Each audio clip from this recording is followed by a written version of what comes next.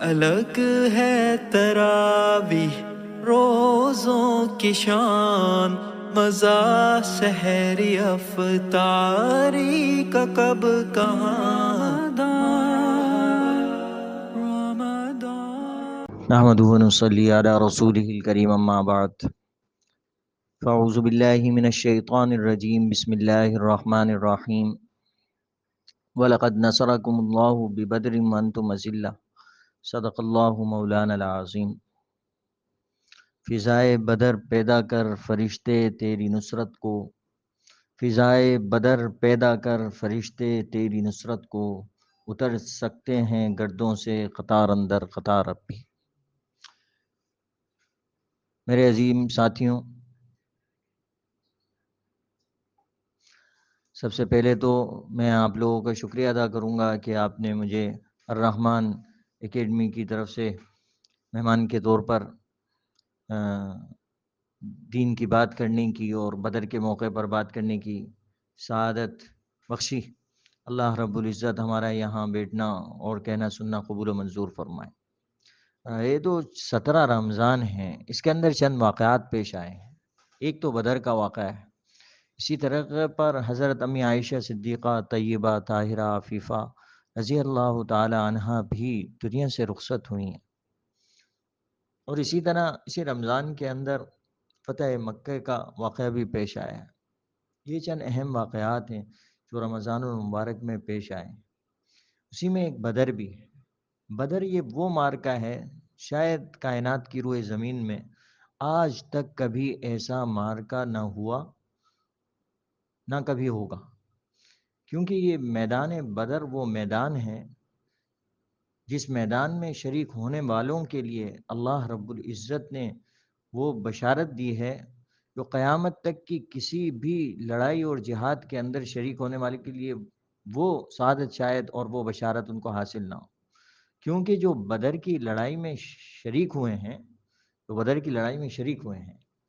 ان کے بارے میں اللہ رب العزت نے فرمایا کہ یہ جو بھی کریں، پیارے حبیب صلی اللہ علیہ وسلم کی زبانی فرمائیں، یہ جو بھی کریں سارا ان کا معاف کر دیا گیا۔ فقط غفر اللہ، ان کا سب کچھ معاف کر دیا، جو دل چاہے کریں، جو دل چاہے۔ یہ اتنی بڑی سعادت ہے، یہ شاید کسی کو بھی حاصل نہیں ہو سکے۔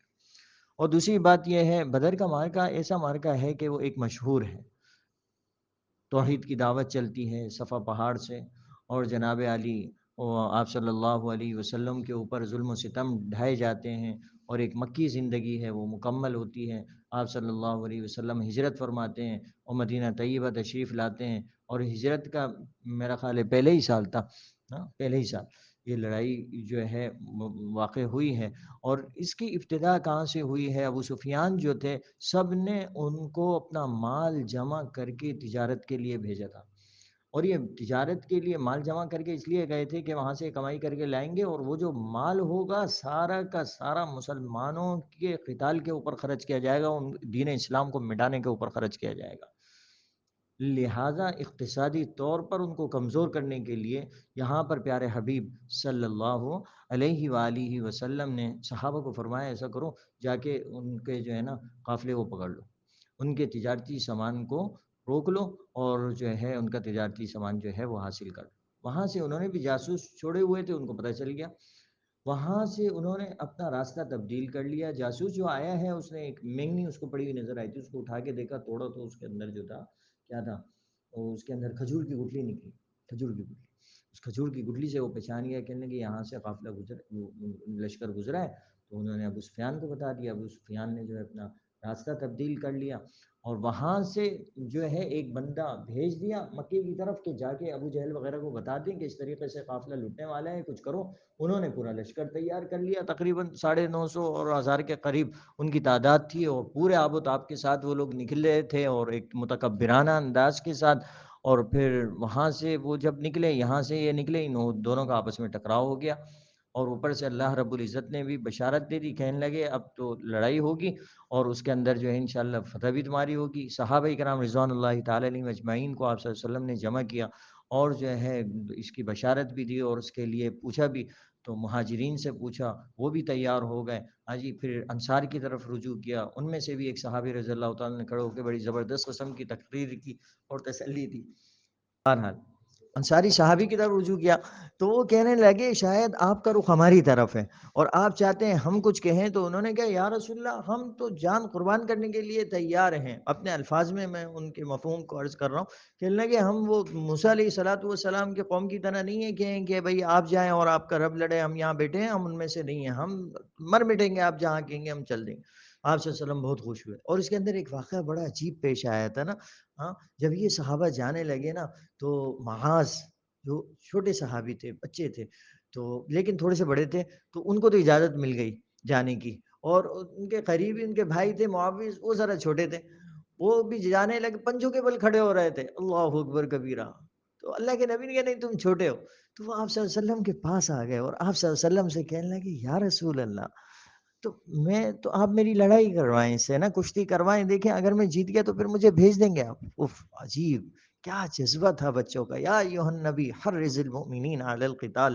آپ صلی اللہ علیہ وسلم نے قتال کے اوپر ایسا ابھارا تھا، ایسا ابھارا تھا، کیا بچے، کیا بوڑھے، کیا عورتیں، سارے کھڑے ہو جایا کرتے تھے. ہاں، ایک جنگ کے موقع پر ایک عورت تھی، وہ اپنے دودھ پیتے بچے کو لے آئی تھی. کہنے لگے آپ اس کو لے جائیں یا رسول اللہ. آپ صلی اللہ علیہ وسلم نے کہا اس بچے کا ہم کیا کریں گے. کہنے لگے یا رسول اللہ آپ لے کے تو جائیے، آپ کے اوپر تیر آئے گا تو آپ اس کو آگے ڈھال کے طور پر کر دیجیے گا، یہ میرا بچہ شہید ہو جائے گا، میں شہید کی ماں کہلاؤں گی. نہ میرا باپ ہے جس کو بھیجوں، نہ بھائی ہے جس کو بھیجوں، نہ شوہر ہے جس کو بھیجوں، یہی ایک بچہ بچا ہے میرے پاس، اسی کو آپ لے جائیں. واہ، ایسا جذبہ تھا. بہرحال ان کو بھیج دیا گیا. کہ اچھا بھائی، ان کی کشتی ہوئی. کشتی میں کان میں وہ اپنے بھائی سے کہہ رہے ہیں کہ دیکھ یار تو جا رہا ہے تو میرے لیے مسئلہ ہو جائے گا، تو دیکھ گر جا، پچھڑ جا. اس کو گرا دیا اور پھر اس کے اوپر سوار ہو گئے. پھر اللہ کے نبی کو دیکھ رہے ہیں، کھیلیں گے یا رسول اللہ دیکھو میں نے اس کو پچاڑ دیا. اللہ کے نبی کہا اچھا چلو تم جاؤ. اب جو گئے ہیں میدان کارزار گرم ہوا ہے. میدان ایک عجیب تھا، وہاں پہ جہاں پہ پانی تھا وہاں پہ پہلے سے انہوں نے قبضہ کر لیا تھا اور اونچائی کی جگہ پر قبضہ کر لیا تھا، ساری اچھی جگہوں پہ قبضہ کر لیا تھا. یہاں ان کے پاس پانی بھی نہیں تھا، قسمہ پرسی کی حالت تھی. وہ 950,000 کے قریب، تیر بھی زیادہ، تلوار بھی زیادہ، گھوڑے بھی زیادہ، اونٹ بھی زیادہ، لشکر بھی زیادہ، لڑنے والے بھی زیادہ، لونڈیاں تک کے ساتھ لے کر آئے ہوئے تھے وہ اپنے ساتھ کہ بھائی ہم جیت کر ہی جائیں گے اور پھر جناب ان کو نچائیں گے اور گائیں گے اور یہ سب کچھ. تو ساری چیزیں ساتھ لے کر آئے ہوئے تھے، گھوڑ ڈھول تماشوں کی ساری چیزیں. یہاں پیارے حبیب صلی اللہ علیہ وسلم کے صحابہ تھے جو قسم پرسی کی حالت میں تھے، 313 تھے. مقابلے میں ایک کو 3 سے لڑنا تھا، ایک کو 3 سے. صحابہ کہنے لگے یا رسول اللہ آپ کے لیے ہم یہاں پہ صاحبان بنا دیں، کھجوروں کا، جھاڑیوں وہ جو ہوتے ہیں پتوں کا صاحبان بنایا. اب آپ صلی اللہ علیہ وسلم نے، صحابہ کہنے لگے آپ صلی اللہ علیہ وسلم کو سب سے زیادہ خطرہ ہے، ان کی حفاظت کون کرے گا، ان کی حفاظت کون کرے گا. سب سے پہلے حضرت ابوبکر صدیق رضی اللہ تعالیٰ عنہ نے تلوار نکال کے آپ صلی اللہ علیہ وسلم کے سر کے اوپر ایسے سایہ کر دی. کہنے لگے یا رسول اللہ جو آپ کی طرف آئے گا پہلے اس کو اس تلوار سے مقابلہ کرنا پڑے گا، اس تلوار سے مقابلہ کرنا. اس وقت آپ صلی اللہ علیہ وسلم نے ارشاد فرمایا تھا اس امت کا سب سے زیادہ بہادر اور شجاع ابوبکر صدیق ہے. حضرت علی رضی اللہ تعالیٰ عنہ سے ایک مرتبہ پوچھا تھا، کہنے لگے حضرت علی سے آپ سب سے زیادہ بہادر آپ ہیں. کہنے لگے نہ ہم کہاں. تو ابوبکر صدیق رضی اللہ تعالیٰ عنہ تھے جو بدر میں حضور صلی اللہ علیہ وسلم کے ساتھ تھے، اور کچھ انصار کے لوگ بھی، اور حضرت علی بھی باہر کی طرف کھڑے ہوئے لیکن اندر کی طرف آپ صلی اللہ علیہ وسلم کے ساتھ. ابوبکر صدیق یہ بھی تھوڑے سے باہر تھے لیکن آپ صلی اللہ علیہ وسلم ایک رات گزر رہی ہے، اس رات میں سجدے میں گرے، اللہ سے مانگ رہے ہیں، اللہ سے مانگ رہے ہیں، اللہ اکبر. اور دعا کے ابوبکر صدیق کسی کو اجازت نہیں تھی، صرف ابوبکر صدیق رضی اللہ عنہ کی اجازت تھی اندر جانے کی. آپ اندر گئے ہیں اور جو کان لگا کے پیارے حبیب صلی اللہ علیہ وسلم کے آگے سنا ہے تو آپ صلی اللہ علیہ وسلم کہہ رہے تھے یا اللہ یہ 313 کی جماعت ہے، اگر یہ مٹھی بھر مسلمان شہید ہو گئے تو تیرا نام لینے والا کوئی نہیں ہوگا، یعنی توحید مٹ جائے گی اس کائنات سے، اللہ اللہ کہنے والا کوئی نہیں بچے گا. یعنی صحابہ کے وجود کو، یہ نقطہ تھوڑا سا سمجھیے گا، صحابہ کے وجود کو دین اسلام کے وجود کے ساتھ ملایا ہے. اللہ اکبر کبیرہ. صحابی ایک ایسا لفظ ہے نا، صحابی، صحابی ایسا ہے جیسا کہ کسی نے چھپا لیا ہے. اب دائیں بائیں سے کوئی بھی تیر پھینکتا رہے وہ کہاں جائے گا، وہ لگے گا نہیں صحابی کے اوپر. صحابی کا لفظ ایسا ہے کہ سارے جتنے بھی عیب جوئی کرنے والے لوگ ہیں اور گستاخیاں کرنے والے لوگ ہیں اور برا بھلا کہنے والے لوگ ہیں، وہ سارے کے سارے کے تیر جو ہے نا بھاری گریں گے، وہ صحابی پہ لگ ہی نہیں سکتے. ہاں. اور جو گستاخیاں کرتے ہیں ان کی مثال ایسی ہو گئی جیسا کہ سورج کے اوپر تھوکنے والا. سورج پہ تھوکے گا تو اس کے اپنے ہی اوپر آئے گا نا، چاند کے اوپر تھوکنے والا اس کے اپنے ہی اوپر آئے گا نا. تو یہ قصہ ہے. تو بہرحال میدان کارزار گرم ہوتا ہے، اور پہلے حضرت علی اور حضرت حمزہ اور حضرت عبیدہ رضی اللہ تعالیٰ عنہ میدان میں آتے ہیں. پہلے کچھ انصار گئے تھے، وہ کہنے لگے بھائی تم کون ہو؟ کہنے لگے ہم انصار. کہنے لگے نہیں، ہم میں سے بھیجو، مہاجر ہونے چاہیے. تو مہاجرین کو بھیج دیا وہاں سے. انہوں نے کہا ہاں اب ٹھیک ہے، مقابلے میں آیا، وہ مقابلہ ہوا، پھر وہ جنگ چھڑی. بہرحال اللہ رب العزت نے جو ہے فتح نصیب فرمایا. آپ صلی اللہ علیہ وسلم نے بھی ایک جاسوس بھیجا تھا پہلے، کہ لیں دیکھ کے آؤ کون کون ہے. تو کچھ لوگ پانی بھر رہے تھے. پانی ان لوگوں سے جو پانی بھرنے والے تھے ان سے پوچھا بھائی کیا کون کون لوگ ہیں؟ انہوں نے بتایا ایسے بڑے بڑے سردار ہیں. جو پتہ چلا آپ صلی اللہ علیہ وسلم نے فرمایا عرب نے اپنے جگر باہر نکال کے رکھ دیے ہیں، اپنے جگر گوشے باہر رکھ دیے ہیں. تو جو لڑائی ہوئی ہے، پھر جہاں جہاں آپ صلی اللہ علیہ وسلم نے ارشاد فرمایا تھا کہ یہاں فلاں قتل ہوگا، یہاں فلاں مردود ہوگا، یہاں فلاں مردود ہوگا، وہی ہوا. ہاں. اچانک سے جنگ کی لڑائی ہو رہی تھی اور یہ دوڑتے ہوئے، اور اوپر سے اللہ رب العزت نے نصرت کے وعدوں پر وعدے آ رہے ہیں. فرمایا تم آگے تو بڑھو، 1000 آئیں گے، 2000 آئیں گے، 5000 تک کا وعدے کیا. فرمایا فکر نہ کرو، اور آ جائیں گے، اور بھیج دیں گے ہم فرشتے، اور فرشتے بھیج دیں گے. ادھر شیطان مردود نے دھوکے میں ڈالا ہوا تھا، وہ تو سر پیٹتا ہوا بھاگا، وہ تو گیا کام سے. یہاں پر یہ بچے آئے. ہاں. حضرت کون تھے؟ عبداللہ بن مسعود تھے، ابن عباس تھے. میرے ذہن سے نکلے. ان صحابی سے کہنے لگے یہ ابو جہل کون ہے؟ ابو جہل کون ہے؟ ابو جہل وہاں پہ نالائق گھوم رہا تھا نا. ہاں. ادھر لڑ رہا تھا، بھاگم دوڑیاں کر رہا تھا. اس نے کہا یہ ہے. وہ یہ دوڑے ہوئے گئے اور بھاگے ہوئے گئے اور جا کر معاذ نے تلوار ماری اور معاوض نے بھی ان کے اوپر حملہ کیا. تو ان میں سے ایک کا ہاتھ کٹ گیا تھا، ایک کا ہاتھ کٹ گیا اور وہ اٹک رہا تھا. صحابی نے ہاتھ کو اپنے پاؤں کے نیچے دبایا ہے اور کھینچ کے نکالا ہے اور میدان کارزار میں جو ہے وہ لڑ رہا ہے. یہ اس زمانے کے بچے تھے جن کے اندر مر مٹنے کا جذبہ تھا. آج کے بچوں کی ہم لوگ حالت دیکھ لیں، اپنے جذبے دیکھیں، اپنی فکریں دیکھ لیں. آخر کار فتح ہوئی. ہاں. امیہ بن خلف پکڑا گیا. ہاں. اس کو پکڑ کے لا رہے تھے. عبداللہ بن مسعود تھے، کون تھے ان سے کوئی دوستی تھی، وہ ان کو بچانا چاہتے تھے. اس کا بیٹا بھی پکڑا گیا. بلال رضی اللہ تعالیٰ نے دیکھ لیا. بلال رضی اللہ تعالیٰ عنہ کہنے لگے یہ امیہ بن خلف ہے، یہ امیہ. کہنے لگے میرا قیدی ہے. کہنے لگے یہ امیہ بن خلف ہے. لوگوں کو جمع کر لیا، لوگوں کو جمع کر دیا اور ادھر سے جو تیر مارا تو وہ بیٹا، انہوں نے اس کے بیٹے کو آگے کر دیا امیہ بن خلف کے. وہ مر گیا، وہ مردود ہو گیا. ادھر سے امیہ بن خلف کے اوپر پھر تلواریں اٹھی اور بلال رضی اللہ عنہ مستقل یہ کہہ رہے تھے امیہ بن خلف بچا، اگر یہ زندہ رہا تو میں نہیں رہوں گا، میں نہیں رہ سکتا. وہ مستقل یہ کہہ رہے تھے. لوگوں کی تلواریں اٹھی، بہرحال وہ بھی قتل کر دیے گئے. وہ زریں اٹھا کر کے لے کر آ رہے تھے. وہ جو صحابی تھے نا، عبداللہ بن مسعود تھے، کون تھے؟ کہنے لگے یار نہ قیدی ملے نہ زریں ملی، میں پلے تو پڑے ہی کچھ نہیں. ہاں. آگے ابو جہل وہ ادموی حالت میں تڑپ رہا تھا کہ اوپر عبداللہ بن مسعود تھے، اپنے ابن عباس تھے، کون تھے؟ وہ اس کے سینے کے اوپر پاؤں رکھ کے کھڑے ہو گئے اور پاؤں رکھ کے جو کھڑے ہوئے اس نے آنکھ کھول کے دیکھا. وہ دجال اس وقت بھی کہہ رہا تھا کہ ذرا سر کے یہ جو ہے نا نیچے سے گردن کاٹنا، پتہ چلے کہ کسی سردار کا سر ہے. بہرحال اس کو قتل کیا، وہ مردود ہوا. بہت سا مال غنیمت ملا اور ان کے سردار مارے گئے.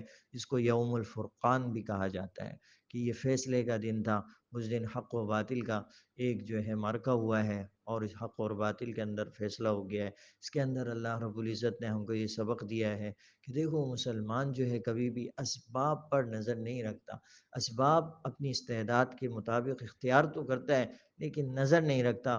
نظر اس کی اللہ ہی پر ہوتی ہے اور اللہ ہی سے مدد کر چاہتا ہے وہ، اور اللہ ہی اس کی مدد کرتا ہے. نقشے کیسے بھی ہوں، نقشے کیسے بھی ہوں، اللہ کی مدد ہوتی ہے. اب دیکھیں بظاہر نقشہ جو تھا مغلوب ہونے کا تھا، لیکن اللہ رب العزت نے بارش کو برسایا.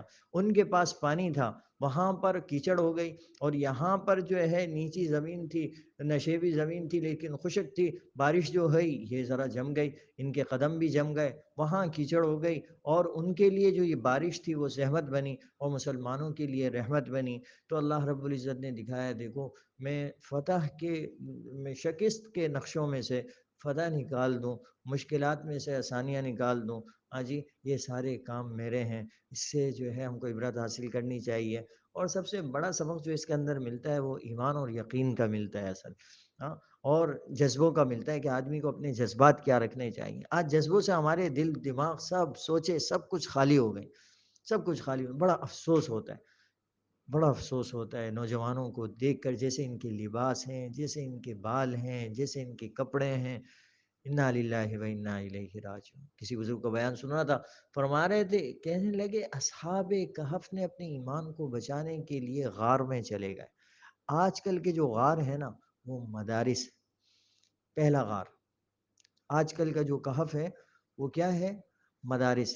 یا تو مدرسے والا بچہ بچا ہوا ہے، ہاں مدرسے والا بچہ بچا ہوا ہے، مدرسے سے جو جڑا ہوا ہے وہ بچا ہوا ہے، وہ غار کے اندر ہے، وہ کہف کے اندر ہے۔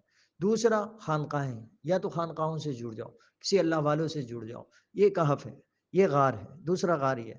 تیسرا غار قرآن مجید ہے، درس قرآن میں شرکت کرو، قرآن سے اپنے آپ کو جوڑ لو، کوئی نہ کوئی جو ہے درس حاصل کرو، یا تو وہ بچا ہوا ہے۔